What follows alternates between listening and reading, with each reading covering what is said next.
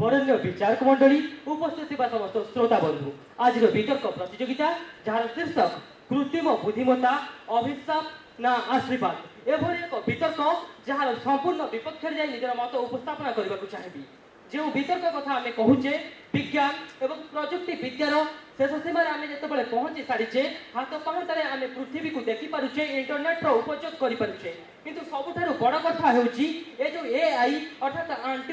AI जो कृत्रिम बुद्धिमत्तार कथा कहूचे ए जो प्रक्रिया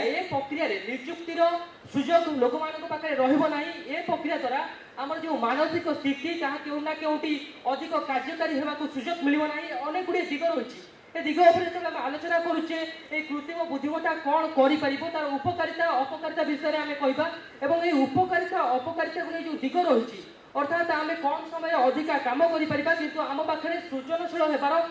सृजनशील होबार जो सुजोग रही जितेबाला आम काल्कुलेटर आसला आम शिशु मान देखीचे से हिसाब करने पणिकिया जो मन रखुचे मन रखिले